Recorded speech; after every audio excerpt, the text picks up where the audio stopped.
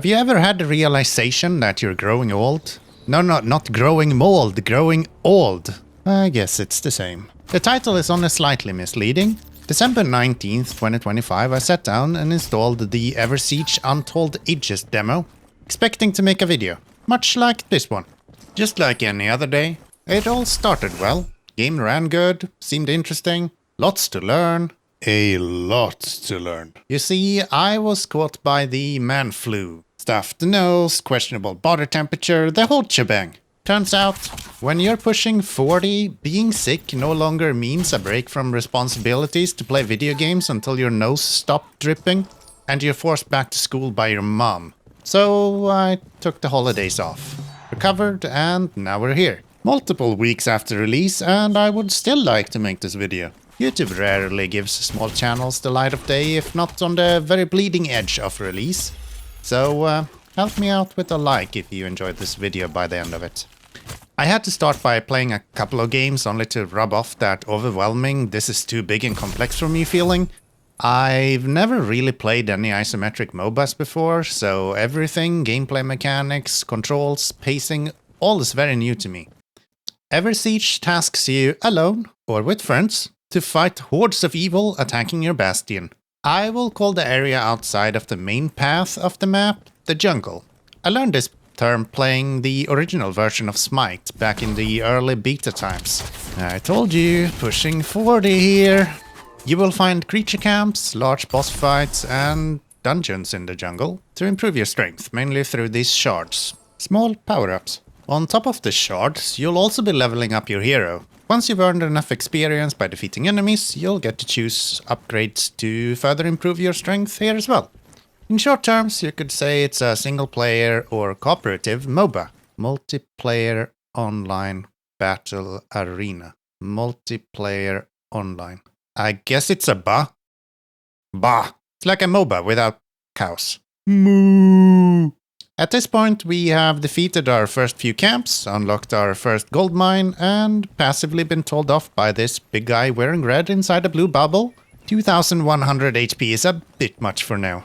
Instead, we can go ahead and level up again. This gives us access to evolutions, as I mentioned before, essentially power-ups for your war gear. We're playing as the Archer Ruthian today, the second war gear in the demo. The full game will offer 5 war gears on release, and you can think of war gears as playable classes, more or less. We have 4 abilities: Power Shot, a straight line skill shot. Rain of Arrows repeatedly deals damage and slows enemies in an area. We can also summon 2 warriors to fight with us, and lastly we have an AoE heal making green bars go up. Most of these abilities are used on a cooldown mechanic, except for the Power Shot and my dodge ability. Those uses the energy bar down below. When the yellow energy line is empty, you are no longer able to dodge incoming damage, meaning you will have to balance between damaging abilities like your Power Shot and defensive actions through dodging incoming damage. After some jungling and opening our first portal, we notice our first large horde approaching on the minimap. These waves appear at the end of every day. If this was online, Lil Billy would probably be screaming at us for overextending. Probably mentioning my mother and whatever other foul noises these kids do. We take the teleport back to base and get ready for defense. We're not only here to defend, of course. These waves provide a good chunk of experience as well. The waves does become stronger and bigger as the game goes on, but can already be a significant threat if you're not paying attention.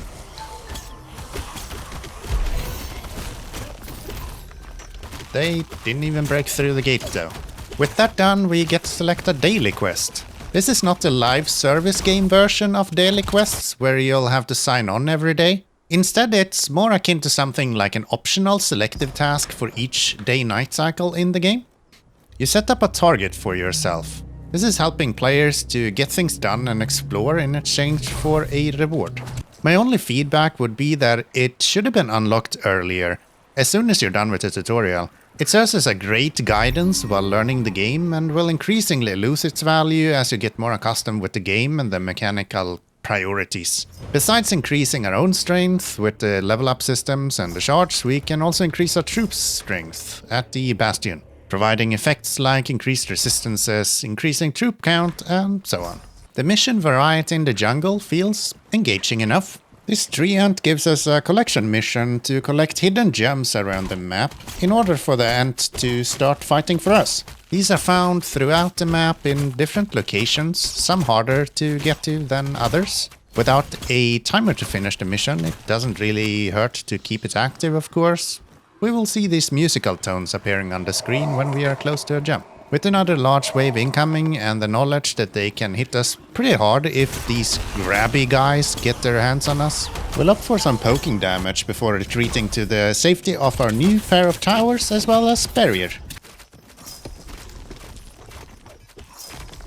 Second wave is now over and one more level in the books. We're ready to head out and collect our third gold mine. Lovely power progression. After a few runs in EverSiege, you will unlock the ability to use these potions. These are randomly generated and you get to select 2 potions each run by collecting herbs around the map. Once you've collected 2 potions, you will instead be offered the opportunity to improve your selected potions. This does appear to stack endlessly, so will provide quite a bit of extra power if you need it. However, the collection of each herb is a bit repetitive, they kinda appear everywhere. Looking at the map is always important in MOBAs. I'm getting better at it, to be fair. The option to enlarge the map by hitting tab makes it easier to find out where to go, with the added benefit of having to look and pay attention to the map itself. Self-fulfilling mechanics training is always nice, eventually making you notice larger waves appearing on the minimap automatically without having to actually mentally pay attention to the map. Being able to prepare and build defensive structures one step at a time. Looking at the map does, however, not help you from being pulled in and blown up if you are not paying attention. Clearly we will need some more power. Believe it or not, dying isn't an effective way of winning. The blacksmith and tavern upgrades in the Bastion should be able to help us with this. They will give us access to the Shardsmith's guild shop, as well as after unlocking the tavern we get the maybe strongest ability we have. Trading 100 gold for a regiment of 8 soldiers, 4 knights and 4 archers. With this new army we can go and collect the final gem for the tree ant to assist us in battle. It's hidden behind this huge pack of spiders. Luckily, when you command a whole army, a few spiders is a non-issue. Sailing high on our recent success, we're emboldened to get on with the more challenging creature lairs. These fights are really cool. And if you scale them up in difficulty, it could be super engaging. The spider is busy walking sideways and attacking something in the opposite side of the room. So, easily beaten up by myself and previously mentioned army. Not so sure why, but just as the final blow is happening, my game is completely frozen. I'm given absolutely no time to react and is almost instantly killed as the game returns to life again. Quick respawn later and we're back killing the final lonely spider.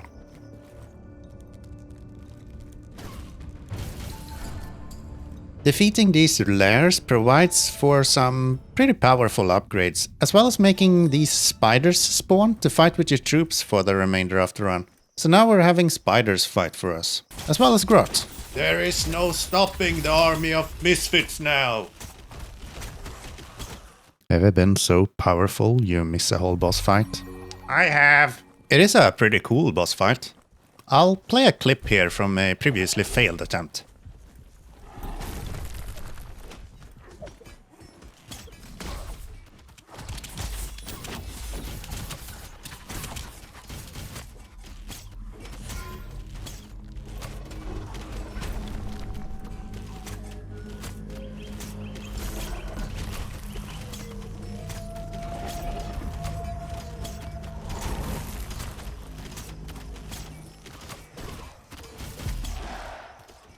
Let's go fight another mini-boss in another creature lair.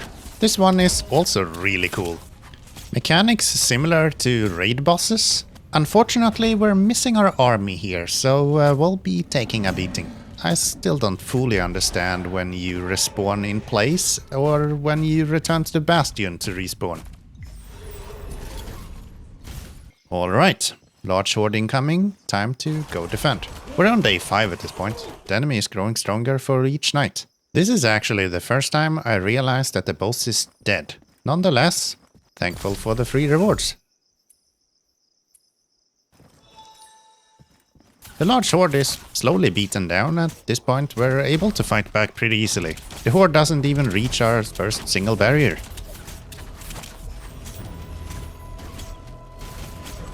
Time for a new dungeon. I've only found this crystal tomb on the opposite side of the map, past the first boss. The objective is to collect these green orbs left behind from defeated enemies. Took me a moment to understand the mechanics here, despite actually taking the time to read the instructions. You give me parts for an IKEA chair, the instructions for a table, and I'll somehow give you back a lamp. Don't ask me. Anyways, fun event that could probably have been made a lot easier by collecting the orbs instead of running around randomly. Also, these Stitches cosplayers sucks ass, man. Oh, right. We could have absolutely benefited from spawning the army before we went into this battle. Oh well, gotta have to say. This new area is completely different in mood. Green haze everywhere, worm-like enemies that are somehow more terrifying than the huge spiders on the other side of the gates. I like it. Alright, we're clearly ahead of the curve, with another army ready to spawn and our old army still in the fight. It's time to go for the win. Remember how the game froze as we got killed by that spider mini-boss? This is when shit really hits the fan. And the game is literally freezing every few seconds for a few seconds at a time. Really weird, as I have not really had much performance issues up until this point. The large-scale battles, however, is incredibly well done. Great sound design, the SFX being very distinct. I can hear every single one of my arrows I shoot into the horde of battle cries. Visuals are also all good looking and doesn't really overwhelm either. At this large scale, there is a small performance impact at this point on my 5070 Ti. Even after turning off damage numbers, it's not really buttery smooth anymore. Hopefully this can be ironed out in the time for a release, being a demo and all.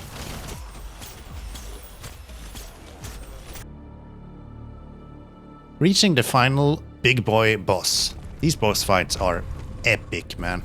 If these can be scaled up properly in difficulty for cooperative play, I can see this being an amazing experience. Only downside is that I've almost killed the boss by the time I see the health bar. 1/3 health already. Maybe these are even cooler if you're not totally overkill overpowered.